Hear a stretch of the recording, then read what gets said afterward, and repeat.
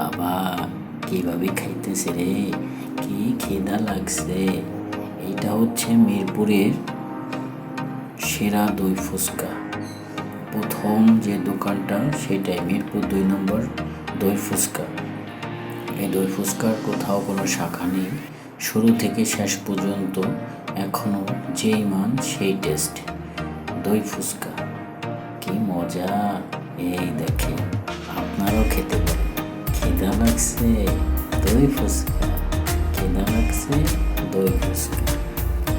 ভিডিওটি ভালো লাগলে অবশ্যই শেয়ার, লাইক, সাবস্ক্রাইব করতে বলবেন না। খিদা লাগছে ফুড অ্যান্ড ট্রাভেল।